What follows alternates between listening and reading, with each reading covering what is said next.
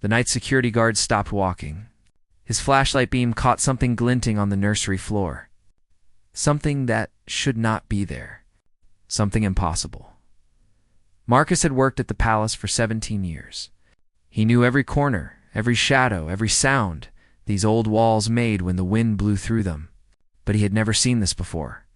On the carpet, beneath the antique cradle where the future heirs would sleep, lay a brooch. Not just any brooch. A blue sapphire pin, surrounded by small diamonds, catching the light like a frozen tear. His hand trembled as he reached for it. The metal was warm. That detail would haunt him for weeks. How could it be warm when the nursery had been locked since sunset? When no one had entered these rooms for hours? Marcus knew this brooch. Every person in Britain knew it. Princess Diana had worn it on her wedding day. He had seen it in photographs, watched documentaries about the royal collection. This piece was supposed to be locked in the vault, 3 floors below, behind steel doors and security systems that would wake the entire palace if anyone came near. If you feel the chills already, stay with us. This story gets deeper than anyone expected. Hit subscribe so you don't miss what happens next. Marcus pressed the emergency button on his radio.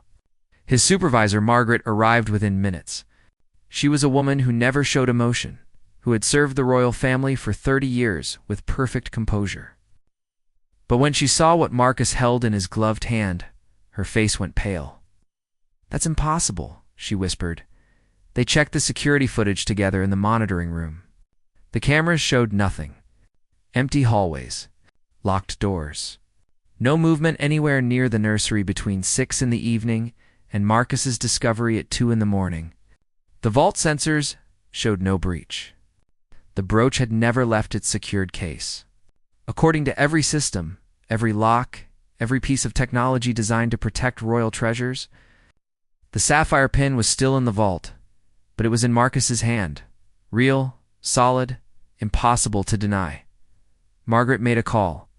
Within the hour, 3 senior staff members stood in the nursery. They verified the brooch was authentic. They checked the vault. The pin there was also authentic. 2 identical brooches, both real, both precious. One that should exist. One that should not. The senior curator examined both pieces under specialized light. His hands shook as he placed his magnifying lens down. "They're the same age," he said quietly. "Same wear patterns. Same microscopic scratches. These aren't a copy and an original. These are the same object." No one spoke. The impossibility of it hung in the air like fog. Then someone noticed the cradle. The new cradle, handcrafted for the incoming heirs expected in 2026, it was rocking. Gently, slowly, back and forth, in a rhythm that matched a heartbeat. There was no breeze. No vibration. No explanation. Margaret stepped closer and saw something that made her breath catch. On the cradle's pillow lay a single white rose, fresh. The petals still held morning dew. But morning was hours away, and the nearest rose garden was outside. Beyond locked doors and windows that had not been opened, Diana's favorite flower had open white roses. Marcus watched as Margaret picked up the rose with shaking hands. "She's here," Margaret whispered. "She's watching over them." The words sent ice through Marcus's veins, because he believed her. In that moment, in that nursery, with the impossible brooch warm in his hand and the cradle moving in the silence, he believed that something beyond explanation was happening in these walls, something that had been waiting. 27 years to return. The palace senior staff made a decision that night. They would not report this to the media. They would not alarm the royal family. Not yet, but they would watch. They would document. They would try to understand what was happening in the nursery. Margaret assigned Marcus to permanent night duty in that wing. "You found it," she said. "Whatever this is, it chose you to witness it." He felt terrified, but he was also curious. He had loved Princess Diana like millions of others, had mourned her death, had watched her sons grow into men who carried her kindness in their eyes. If her spirit was truly here, if she had somehow returned, he wanted to understand why. The first week passed quietly. Marcus walked the corridors, checked the locks, wrote his reports. The brooch remained in Margaret's office, wrapped in velvet. The vault's twins stayed secured below. No one could explain how both existed. The royal jeweler examined them both again and found them identical down to a tiny scratch on the clasp that Diana herself had accidentally made in 1981. Then, on the 8th night, it happened again. Marcus entered the nursery at midnight. The room smelled like perfume. Not the old, musty scent of a closed space. Something floral, light, expensive. He knew that scent. He had researched everything about Diana that week. Haubegant Paris, Kelk fleurs. Her signature perfume, on the changing table, sat a photograph in a silver frame. Marcus approached it slowly, his flashlight beam shaking. The photo showed Diana holding baby William. Her smile was radiant, full of that warmth that had made the world love her. The frame was tarnished, old. This was not a new photo placed here as a prank. Marcus checked the security logs on his phone. No entry, no alarms, nothing. He photographed the frame, then carefully picked it up. Behind it lay a handwritten note on cream paper. The ink slightly faded. The handwriting was elegant, flowing. Watch over them for me. They need protection now, more than ever. The old shadows are returning. Marcus's blood ran cold. He knew Diana's handwriting from his research. This matched. But Diana had been gone for 27 years. Paper this old, ink this faded, would have taken time. Years. This note was not fresh. Had it been written before her death? Had she somehow known? He radioed Margaret. She came quickly, reading the note under the nursery's soft lights. Her face showed something Marcus had never seen there before. Fear. The old shadows, Margaret repeated. She means the same forces that hounded her. The press. The pressure. The people who never wanted her in this family. Marcus. Thought of the young royals expected in 2026. The children who would be born. Into the same spotlight that had consumed Diana. The same expectations. The same cruelty? She's warning us, he said. Margaret nodded. Or she's asking for help. To protect them from what she couldn't escape, they decided to tell someone higher. Lord Chamberlain himself came to the nursery 2 nights later. He was a skeptical man, practical, trained to dismiss supernatural nonsense. But when he saw the evidence, when he smelled the perfume that had no source, when he touched the note that should not exist, his skepticism cracked. I knew her, he said quietly. Before the troubles, before everything fell apart, she loved her boys more than life itself. If there's any soul that would refuse to rest until her family was safe, it would be Diana's. He authorized a quiet investigation, discreet, professional. They brought in a historian who specialized in royal artifacts, a psychologist who studied grief phenomena, and a security expert who had protected the family for decades. The team worked in secret. Meeting in the nursery after midnight, they documented every occurrence. The perfume that appeared and vanished. The objects that moved. The feeling that someone was watching, not with menace, but with fierce protective love. Then the historian found something in the palace archives. A letter Diana had written 3 weeks before her death. It had never been made public. In it, she expressed fear, not for herself, but for the future. For the children who would come after her sons, for the weight they would carry. I won't be here to shield them, she had written, but I will find a way, even from beyond. A mother's love doesn't end with death. The team sat in silence after reading those words. Because here, in this nursery, 27 years later, it seemed Diana had kept her promise. The question was no longer whether something impossible was happening. The question was what Diana was trying to tell them, and whether they could understand her warning before it was too late. The manifestations grew stronger. Marcus began to feel her presence before he saw the signs. A warmth in the air. A sense of being accompanied, protected. Other staff members started noticing too. The nursery maid. Alina arrived one morning to find all the baby clothes arranged by color. She had left them scattered the night before, planning to organize them later. Now they hung in perfect rainbow order, from softest pink to deepest blue. The windows were still locked. The doors had been sealed, Alina told Margaret through tears. I felt her, she whispered. I felt someone brush past me when I opened the door. Like a mother, checking on her children's things. The cook reported that the kitchen radio, which had been broken for weeks, suddenly played the morning Diana died. Just once it played Candle in the Wind, then went silent again. When maintenance checked it, the radio had no power source. The batteries were dead. It should not have played anything. Marcus kept his vigil. Each night, he walked the corridor to the nursery, and each night, he found something new. A baby blanket folded into a perfect square, a mobile above the cradle spinning gently despite the still air. Once, he found fresh footprints in the dust by the window. Small footprints. A woman's shoes, heels he measured them. Size 5.5. Diana's exact size, the security expert Thomas set up additional cameras. Thermal sensors. Motion detectors.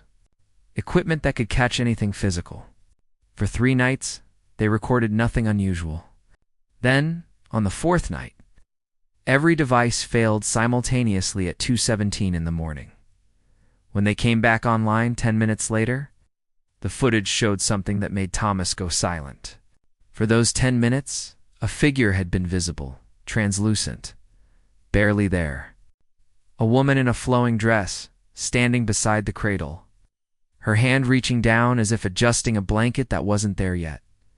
The image was too blurred to show a face, but the shape, the posture, the gentle way she moved it was unmistakable.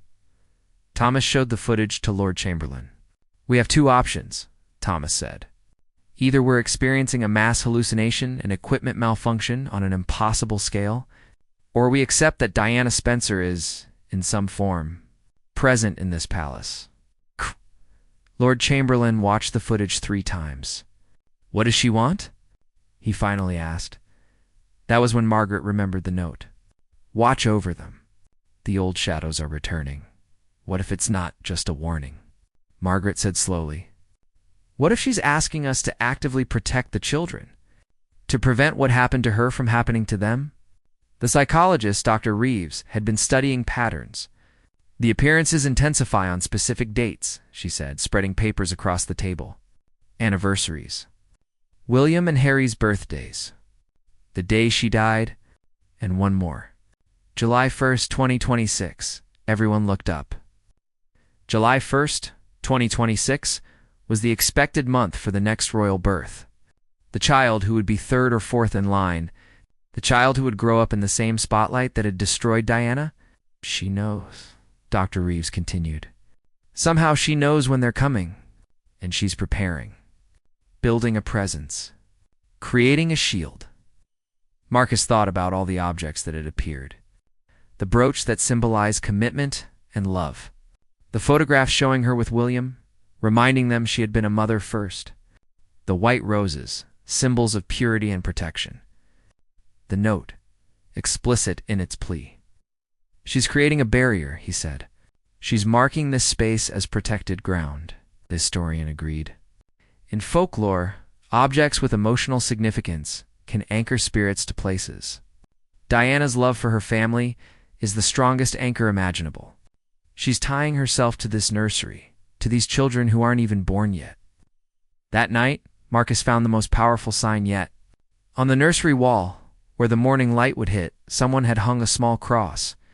Not ornate. Simple wood.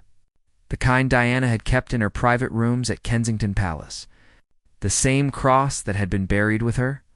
Marcus knew this because he had read the burial records during his research.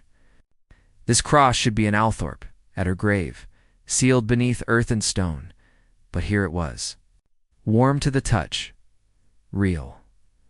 Beneath it, carved into the walls, soft plaster with something sharp. Were words in that same elegant handwriting? No child of mine shall suffer alone. Marcus traced the words with his finger. They were fresh, the plaster dust still falling. He looked around the empty room and spoke into the silence. We hear you, he said.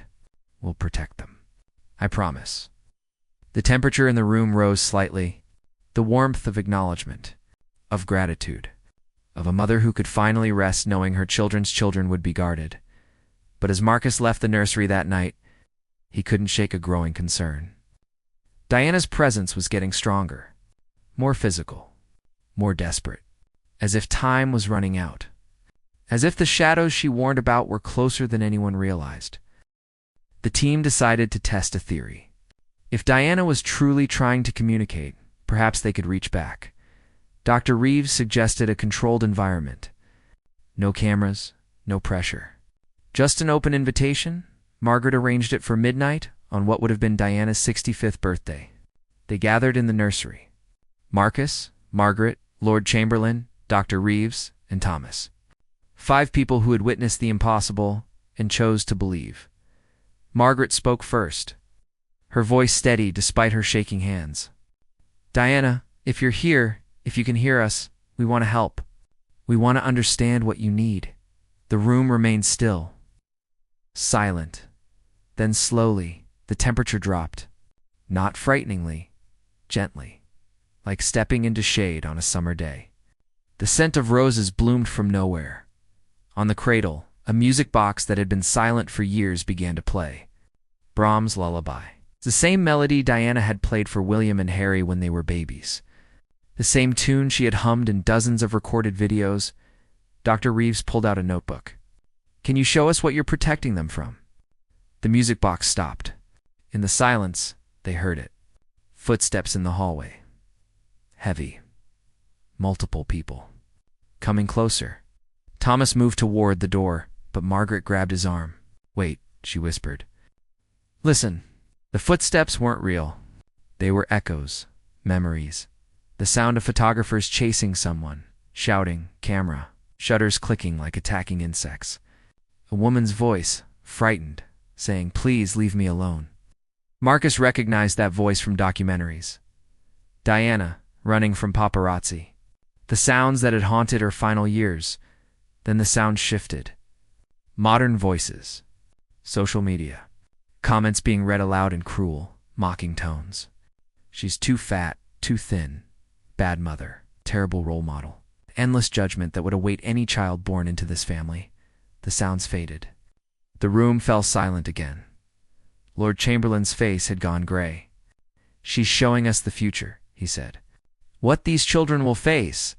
The same persecution, amplified by technology, she never lived to see. A cold spot formed in the center of the room. Then, impossibly, frost began to spread across the mirror, above the changing table. Not random. It formed words. Protect their privacy. Protect their childhood. Protect their hearts. The frost held for 30 seconds, long enough for Thomas to photograph it. Then it melted away, leaving the mirror untouched and dry. Margaret wiped tears from her eyes. How? She asked the empty air. How do we protect them from the whole world? The cradle began to rock, steady, purposeful, and on its pillow appeared objects one by one. Materializing from nothing, a child's drawing of a house, surrounded by a fence, privacy, a photograph of children playing in a garden hidden from view, normalcy, a small key, old and brass, boundaries. Dr. Reeves carefully collected each item, her hands trembling. She's giving us the tools, the symbols. She's showing us the way. Marcus understood. She wants us to create what she never had. Real protection. Not just security guards and locked gates, but privacy. Space to be children before being royals. The next manifestation confirmed it. On the wall, a projection appeared like light through film. It showed scenes. A child learning to ride a bike in a private garden, not a public park. Birthday parties without cameras. School plays where parents could watch without the world judging. A childhood of love and normalcy, shielded from the machine that had consumed Diana. Lord Chamberlain stood straighter. I'll take this to the family. We can implement changes. Stricter privacy policies. Media blackouts on the children's early years. Legal protections. Temperature in the room warmed. Approval. Gratitude. But then the warmth turned to heat. Urgent heat. The music box played faster, discordant. The cradle rocked violently. Thomas checked his phone. The security system just flagged something. There's a breach in the perimeter. Someone with telephoto camera equipment trying to access the grounds. They ran to the monitors. On screen, a man with professional photography gear was cutting through a fence near the private gardens. The same gardens where, in a few months, the expectant royal mother liked to walk. The same path Diana had walked when pregnant with William. Thomas called security. The man was apprehended within minutes. In his bag, they found not just cameras, but a detailed schedule. Times when the royal family would be vulnerable. Locations of private entrances. Plans to photograph the expectant mother in intimate moments. This wasn't random. This was planned invasion. When they returned to the nursery, they found Diana's final message of the night. Written in what looked like light on the wall, glowing faintly. "This is only the beginning. They will try harder. You must be stronger." The words faded. The warmth left. The presence withdrew. But Marcus felt the weight of responsibility settling on his shoulders. On all their shoulders, Diana had reached across death itself to warn them, to prepare them, to beg them to do what no one had done for her: protect the innocent, shield the vulnerable, give royal children the one thing Diana had been denied: a chance to grow up loved, not hunted. *. Lord Chamberlain moved quickly. Within a week, new protocols were in place. The palace hired additional security trained specifically in privacy protection. Legal teams drafted stronger anti-harassment laws for media targeting royal children. The family agreed to unprecedented restrictions on public appearances for children under 5, but the attempts didn't stop. They intensified. Drones appeared over the palace at night, equipped with night vision cameras. Hackers tried to breach the private family schedules. Tabloid journalists offered palace staff enormous sums for inside information about the nursery preparations. Each time, Diana warned them. Marcus would find signs. A photograph moved to face the window where a drone had been. A newspaper clipping about privacy laws circled in invisible ink that only appeared under blacklight. Once he found his own security route mapped out on paper, with an X marking where someone had planned to intercept him and steal his access card. Someone was feeding information to the outside. Someone inside the palace. Thomas began a quiet investigation. He cross-referenced every breach with staff schedules, checked who had been on duty when sensitive information leaked. The pattern emerged slowly, painfully. A junior press secretary named Michael. He had worked at the palace for 3 years, trusted, invisible, perfectly positioned. To know everything about the family's private movements, Thomas found the evidence in Michael's emails. Coded messages to a tabloid editor, promises of exclusive access to the royal birth. Photographs of the nursery layout sold for thousands of pounds. The betrayal cut deep. This was exactly what had destroyed Diana, the people who turned private pain into public. Entertainment for profit. They confronted Michael in Lord Chamberlain's office. He didn't deny it. He justified it. "The public has a right to know," he said. "These are public figures. Their children will be too." Margaret's voice was ice. "Their children will be babies, innocent, deserving of privacy that you're selling for money." Michael was dismissed, escorted from the grounds, but the damage was visible. He had already sold the nursery photos. They appeared online within hours. The layout, the cradle, the changing table, everything a stalker would need to plan an intrusion. That night, the nursery erupted. Marcus arrived for his shift to find the room in chaos. Not destructive chaos. Protective fury. Every photograph Michael had taken and sold was now pinned to the walls, but marked. Red X's appeared across them, drawn in what looked like lipstick. Diana's shade. Her signature read, "The cradle had been moved to a different position, impossible for one person to lift." It now sat in the room's only blind spot, hidden from the windows Michael had photographed. The curtains, which had been open in the leaked photos, were now drawn tight, and they wouldn't open. Alina had tried that morning. The fabric moved as if weighted by invisible hands. snapping shut each time she tried to part them. On the mirror, written in that same frost that had appeared before. New words. No more pictures. No more lies. My children are not your story. The message was clear. Diana was done being gentle. She was claiming this space, defending it with whatever power she possessed. Dr. Reeves studied the phenomena with new understanding. She's getting stronger, she said. Each violation fuels her protection. It's like she's drawing energy from her rage at seeing history repeat.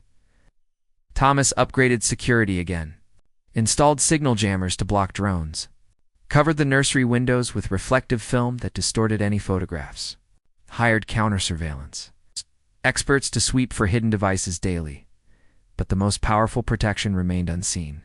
Staff began reporting strange malfunctions.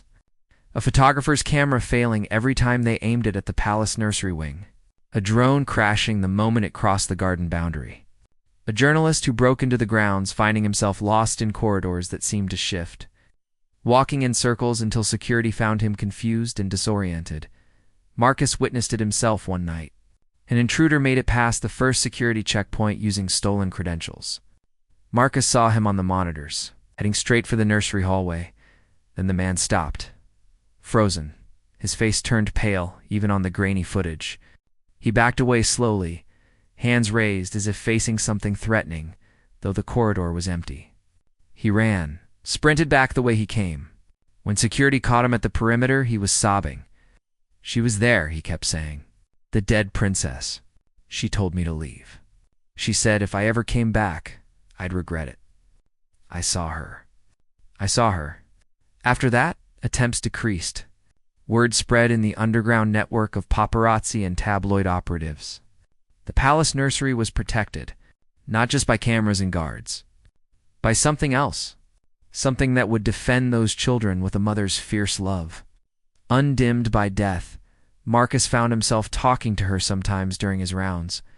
"Thank you," he would say to the empty nursery. "They're safe because of you."